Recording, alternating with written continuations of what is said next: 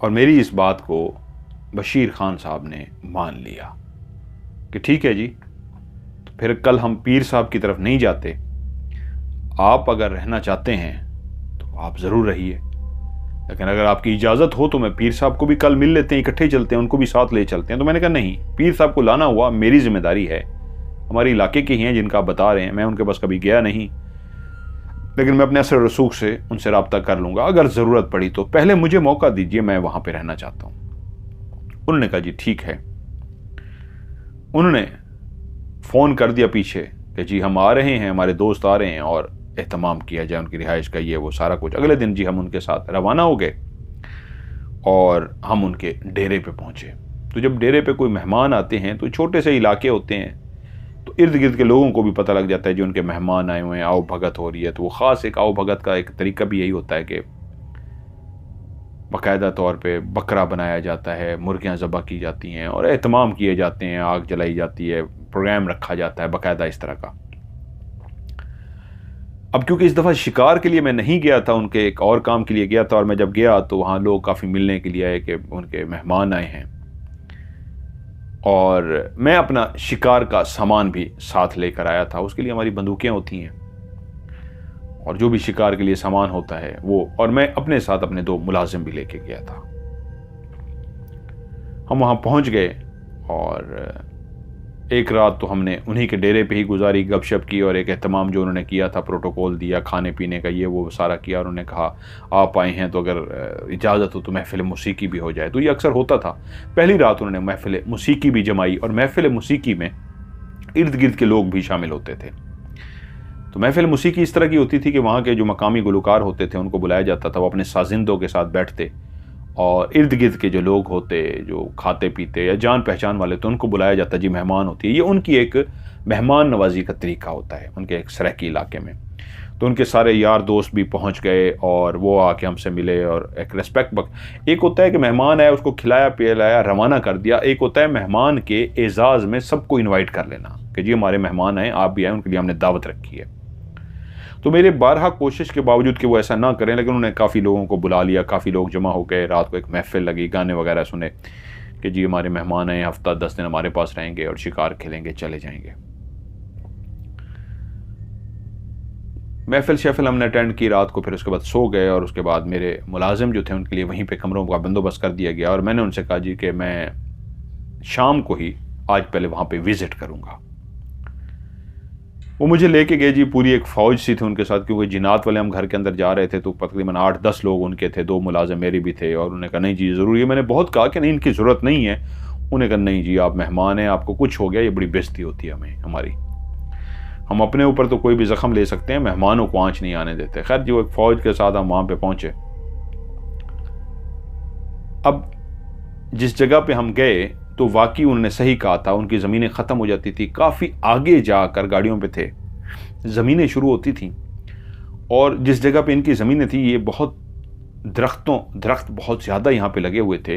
और जिस घर की ये बात करते थे, जब मैं वहाँ पे पहुँचा तो वो वाकई बाकायदा खूबसूरत लोकेशन इस तरह थी, चारों तरफ दरख्त ही दरख्त थे, बड़े बड़े घने दरख्त, जिनकी ऐसी ज़बरदस्त छाँव होती है कि उनके नीचे आप चारपाई डाल के सोएं तो सोने का मज़ा आता है। लेकिन उस पूरे घर को दरख्तों ने अपनी लपेट में रखा था, चारों तरफ से थे कि बाकायदा दीवार सी बना ली थी दरख्तों ने, ऐसे ज़बरदस्त किसी ने दरख्त लगाए थे।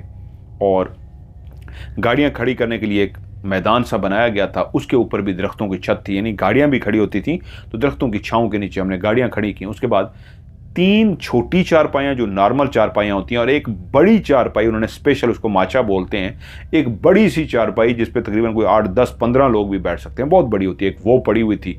वो इस तरह की पड़ी थी कि वो सामने थी और उसके इर्द गिर्द सामने 3, एक लेफ्ट पे, एक राइट पे, और एक उसके सामने चौथी चारपाई पड़ी थी। 3 छोटी चारपाइयाँ, एक वो बड़ी पड़ी थी, और वो बैठने के लिए बड़ी ज़बरदस्त जगह थी। उस जगह को देख के लगता था कि पहले यहाँ पे वो माल मवेशी भी बांधे जाते थे, गाय भैंसें भी यहाँ पे बांधी जाती थी, जिसके किले भी लगे हुए थे, और ये गांव का बड़ा ज़बरदस्त माहौल था। सामने एक बड़ा हुआ, काफ़ी बड़ा बना हुआ घर था। उस घर के दरवाजे के अंदर मैं जैसे ही दाखिल हुआ तो उसका दरवाज़ा इस तरह का था कि डायरेक्ट सहन में नहीं खुलता था। आप जब दरवाजे से दाखिल होते हैं तो उसके सामने एक दीवार बनी हुई है, और राइट पे भी दीवार बनी हुई है, यानी कि एक लेफ्ट और राइट दरवाजे के आगे दीवार है और जो लेफ्ट दीवार है उसके आगे एक और दीवार है। जिस तरह 7 होता है उसको अगर मिरर इफेक्ट दे दिया जाए, यानी परली तरफ कर दिया जाए, तो यानी डायरेक्ट आप घर के अंदर दाखिल ना हो, जिस तरह खवातीन होती हैं गांव के अंदर, तो उनका एक माहौल इस तरह का बनाया जाता है कि आप दरवाजे के अंदर दाखिल होंगे तो दरवाजे से दाखिल होते ही छोटी छोटी लेफ्ट पे भी और राइट पे भी दीवार है। ये दीवार कोई 2 कदम 3 कदम जितनी है, लेफ्ट वाली दीवार ख़त्म हो जाती है, राइट वाली दीवार ख़त्म हो जाती है, और जो लेफ्ट वाली दीवार है ये थोड़ी सी लंबी है, लंबी करके आगे फिर राइट को मुड़ी हुई है। उसके आगे एक रास्ता है, यानी अगर बाहर कोई खड़ा हो तो उसको घर नज़र ना आए, पर्दा रहे। मैं ऐसे ही उस जगह से दाखिल हुआ दरवाजे से, फिर ऐसे राइट निकला, और जैसे ही मैं राइट से बाहर निकला तो मैं एक बड़े से सहन में दाखिल हो गया। उन्होंने कहा था 3 बेडरूम हैं, 3 कमरे हैं, जबकि वो मुझे बताना भूल गए जैसे ही आप निकलते हैं तो आपके राइट साइड के ऊपर भी एक कमरा बना हुआ था। मैंने कहा जी ये क्या है? उन्होंने कहा हम इनको कमरा काउंट नहीं करते क्योंकि ये इधर सेपरेट है और इसके साथ आगे जरा वॉशरूम बने हुए हैं, तो ये इस्तेमाल में नहीं है, ये बंद ही पड़ा हुआ है। एक कमरा वो था जो बंद पड़ा हुआ था, ताला वगैरह नहीं था लेकिन दरवाजा उसका बंद था। एक बड़ा सा सहन था, इसके ऊपर भी एक बड़ा सा दरख्त साइड पे था और बाकी दरख्तों की छांव इस सहन में आती थी। अब सीधा जाएं तो 2 बड़े से कमरे आते थे। लेफ्ट को एक रास्ता छूटा था, उस रास्ते से चलता हुआ जब मैं पहले पीछे गया देखने के लिए तो पीछे एक बड़ा सा हालनुमा कमरा था जिसके अंदर वो अपना शायद कोई चारा या गंदम काट के बहुत बड़ा हालनुमा था, जो नहीं आगे वाले जो 2 थे उससे भी बड़ा वो हालनुमा कमरा था।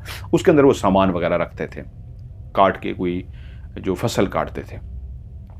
और फिर मैं अगले 2 कमरों में आया तो बहुत अच्छे बने हुए थे। उन्होंने साजा सामान जो रखा हुआ था वो बड़ा सेट करके उसको उन्होंने रखा था।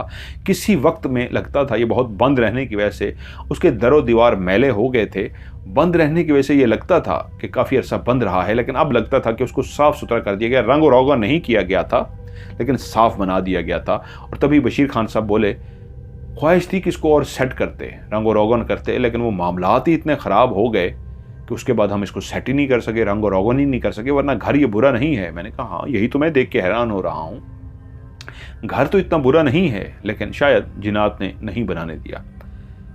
अब वो जो बाथरूम बने हुए थे वो दरवाजे से, मेन दरवाज़ा जो घर का था उससे जब आप दाखिल होते थे, दाखिल होते ही एक राइट पे कमरा था, उससे थोड़े से आगे हैंड पंप लगा हुआ था और उसके साथ वॉशरूम थे। सहन काफ़ी बड़ा सा था, बहुत बड़ा सहन था, और आगे जाके 2 कमरे और उसके पीछे एक बड़ा सा हालनुमा कमरा था। मैंने घर देखा, मैंने कहा जी घर तो बड़ा वाकई ज़बरदस्त है, एक डेरा था जिसका भी बनवाया था, लेकिन मसला वही है कि अब जिन्नात ने क्योंकि कब्जा कर रखा है तो देखते हैं क्या है।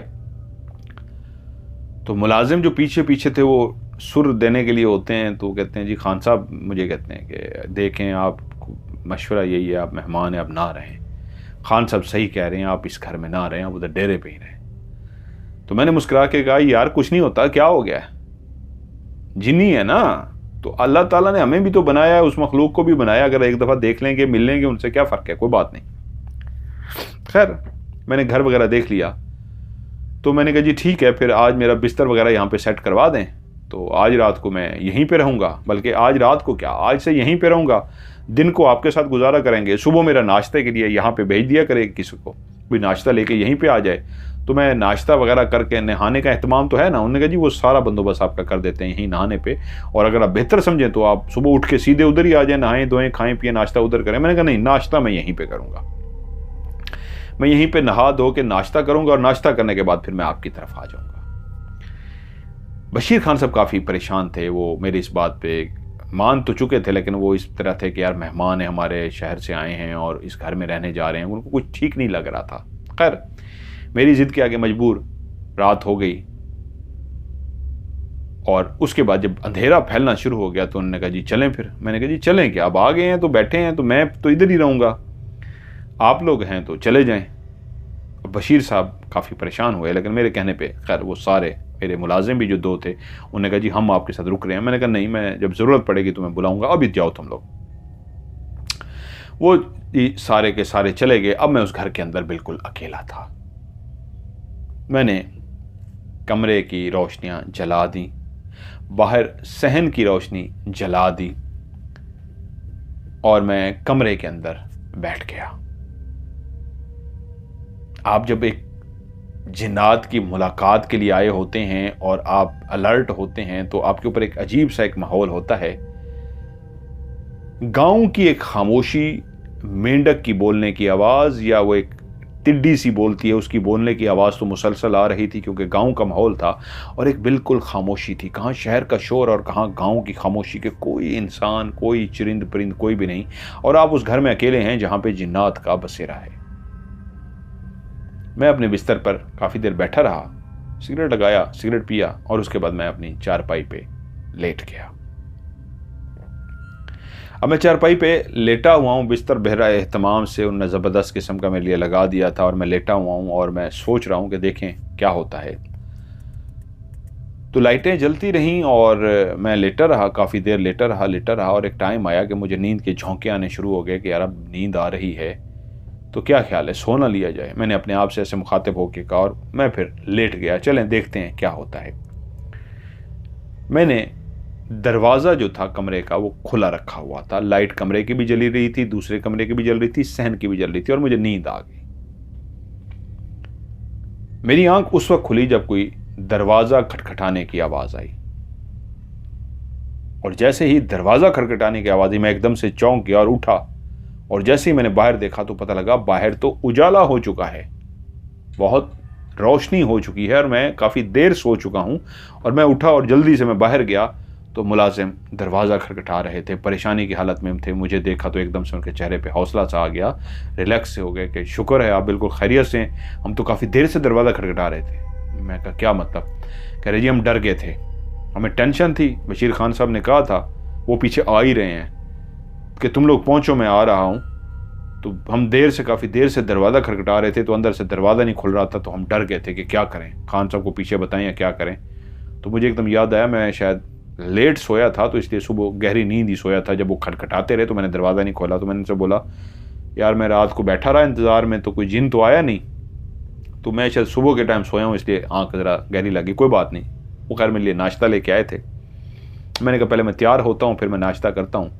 मैं नहाने के लिए चला गया, तैयार वार हुआ। जब मैं नाश्ते के लिए आया तो बशीर खान साहब भी तशरीफ़ ला चुके थे। आते ही पहला जुमला उनका था रात कैसी गुजरी आपकी? मैंने कहा बहुत शानदार गुजरी, कोई बात ही नहीं, कोई जिन ही नहीं आया, कोई चुड़ैल ही नहीं आई, कोई मुलाकात ही नहीं हो सकी। चलो अभी तो काफ़ी दिन है, हो जाएगी मुलाकात। खैर बैठे, नाश्ता वाश्ता किया और उसके बाद उन्होंने कहा चले आप तो डेरे पे चले। हम डेरे पे चले गए, घूमे फिरे, यार दोस्तों से मिले, फिर से रात आ गई। शाम का जैसे ही टाइम हुआ मैंने कहा जी मुझे मेरे ठिकाने पर छोड़ दें। मैं अपने साथ एक किताब ले आया था पढ़ने के लिए। मैं अपने कमरे में पहुंचा, मैंने अपनी किताब उठाई कि चलें जब तक किताब पढ़ूंगा और उसके बाद जब नींद आने लगेगी मैं सो जाऊंगा। मैंने आज कमरे की रोशनी चला ली थी कि कल शायद वो मखलूक नहीं आई या क्या हुआ, आज ज़रूर आएगी। साथ वाले कमरे की रोशनी जल रही थी, मेरे कमरे की रोशनी जल रही थी, सहन की रोशनी जल रही थी, और उसके बाद मैं किताब पढ़ता रहा। कब टाइम क्या हुआ कि मैंने किताब बंद की, मैं सो गया। और फिर से सुबह दरवाज़ा नॉक हुआ तो काफ़ी देर के बाद मैंने दरवाज़ा खोला तो वो फिर से परेशान थे और उनको मैंने बता दिया कि यार रात को मैं किताब पढ़ रहा था, सुबह सोया हूँ तो इसलिए शायद मैं आँख लेट से खुलती है, परेशान मत हुआ करो। तो उनको अंदाज़ा हो गया कि मैं ठीक हूँ।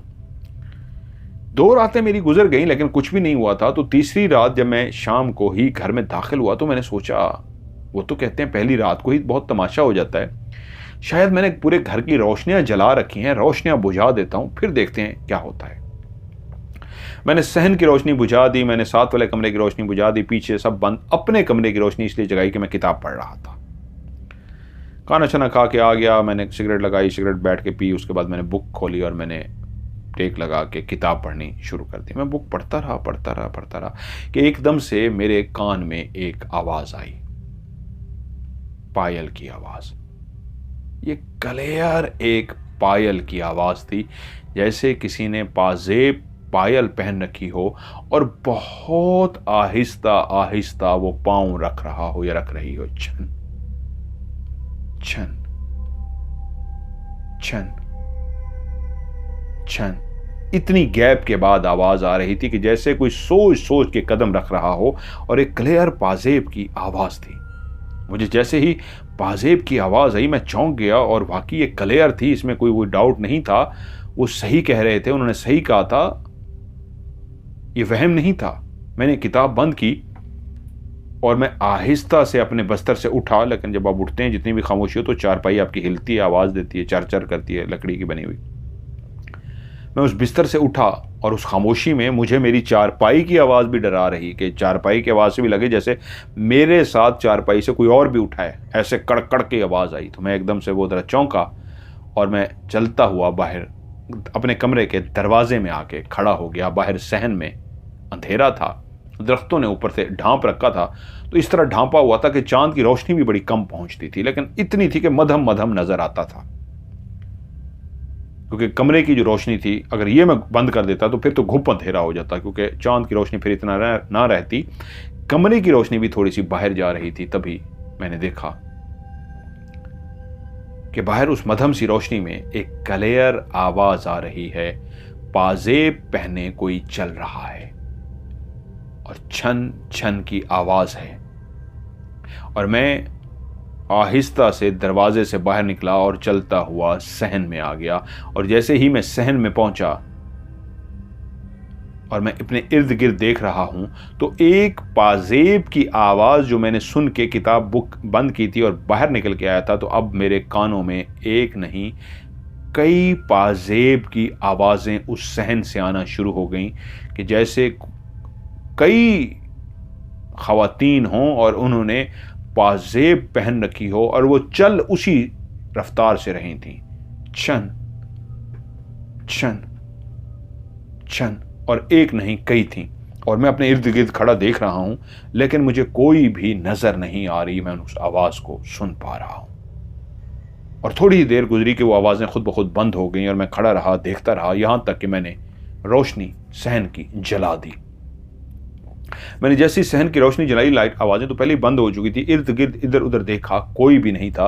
मैं काफी देर वहीं पे खड़ा रहा, इंतजार करता रहा, लेकिन कोई आवाज दोबारा नहीं आई। मैं दोबारा से अंदर कमरे में आया, किताब उठाई, पढ़नी शुरू कर दी। लाइट बाहर की ऑन रखी मैंने, काफी देर किताब पढ़ता रहा, लेकिन फिर कोई आवाज ना आई कि मैं सो गया। लेकिन एक बात क्लियर हो चुकी थी, मामला कोई गड़बड़ है। अगले दिन बशीर खान साहब से मुलाकात हुई। वो बोले, क्या कोई कामयाबी मिली? मैंने कहा, हाँ, मामला शुरू हो चुका है। कहते हैं, क्या हुआ? मैंने उनको बताया कि रात एक पाजेब की आवाज़ आई और उसके बाद कई आवाज़ें आईं। लगता तो यही है, सही कह रहे हैं आप, ये घर हॉन्टेड है। अल्लाह खैर करेगा। तो कह रहे हैं बस पता तो लग गया, छोड़ें आप इसको। मैंने कहा नहीं, रहना तो है, देखते हैं, अल्लाह खैर करेगा। अगली रात फिर से मैं उस घर के अंदर था और मैं किताब पढ़ रहा था कि एकदम से आवाज आई जैसे काफी गाय और भैंसें गले में घुंघरू बांधे मेरे सहन के अंदर दाखिल हो गई हों। और मैं हैरान हो गया कि वो गले के अंदर एक बड़ा सा घड़ियाल डाला जाता है, घंटा डाला जाता है गाय या भैंस के गले में, जो बहुत बड़ा होता है, और वो इतने ज़ोर ज़ोर से बजता है। वो इसलिए डाला जाता है कि चोर चकार अगर इन गाय को लेके जाने की कोशिश करें तो उसके बजने से पता लग जाएगा कि कोई गाय भैंस को लेके जा रहा है। तो मेरी किताब पढ़ते हुए जैसे ही कानों में एक आवाज़ आई, बहुत ज़ोर ज़ोर से गाय भैंसों की जिस तरह घंटियाँ बजती हैं, ऐसे ही घंटी की आवाज़ आई और मैं हैरान हो गया। और ये सहन से आवाजें आ रही थी, जैसे कोई 3-4 गायें हों और उनके गले के अंदर घंटियां हों और वो चलती हुई सहन में आ गई हों। मैंने उसी तरह किताब को रखा और किताब को रख के आके बाहर खड़ा हो गया। सहन की लाइट ऑफ थी और मुझे आवाज़ें क्लियर आ रही थी कि गाय भैंसें हैं और जो चल रही हैं। तो मैंने कहा, यार ये गाय भैंसें कहाँ से आ गई? अब मैं खड़ा कुछ देर वहाँ सुनता रहा कि फिर से वो आवाज़ें उसी तरह बंद हो गईं। जैसे ही वो आवाज़ें बंद हुई, मैं चौंक गया। फिर से मैंने रोशनी जला दी देखने के लिए, लेकिन सहन में कुछ भी नहीं था। मैं साथ वाले कमरे में गया, उसकी लाइट जला के देखी, वहाँ पे भी कुछ भी नहीं था। मैं चलता हुआ पीछे वाले कमरे में गया, पीछे वाले कमरे के जाके उस हॉल की लाइट जला के देखी, वहाँ पे भी कुछ भी नहीं था। और चलता हुआ मैं सहन में आ गया कि ये कहाँ से आवाज़ें आई थी, इतनी क्लियर आवाज़ें थी, मैं उसको क्या मुखातिब करूँ? ऐसा करता हूं, अब तो अभी दोबारा आवाज़ आती है तो मैं इसको मुखातिब करता हूं, इनसे बात करने की, हम कलाम होने की कोशिश करता हूं, ताकि इस मखलूक से मैं हम कलाम हो सकूं। अब मैं उस हाल से निकल के वापस उसी सहन में आके खड़ा हो गया। लाइट जल रही थी, मैंने भाग के कमरे की भी लाइट ऑफ कर दी, पीछे की लाइट ऑफ कर दी, सहन की भी लाइट ऑफ कर दी और उसी सहन के अंदर मैं खड़ा हो गया। और तब मैंने उनसे बात की। मैं ऊंची आवाज में बोला, मुझे पता है यहां पे मेरे अलावा भी कोई मौजूद है, मैं आपसे बात करना चाहता हूं, मैं आपसे मुलाकात करना चाहता हूं, मैं इतनी दूर आपसे मिलने के लिए आया हूं। मैंने कल रात को भी आपकी मौजूदगी को पा लिया था, आपने अपनी मौजूद होने का मुझे एहसास दिलाया था और आज भी आपने अपनी मौजूदगी का एहसास दिलाया है। तो क्या मैं आपसे आज बात कर सकता हूं? उसी वक्त एक सांप की फुंकार सुनाई थी।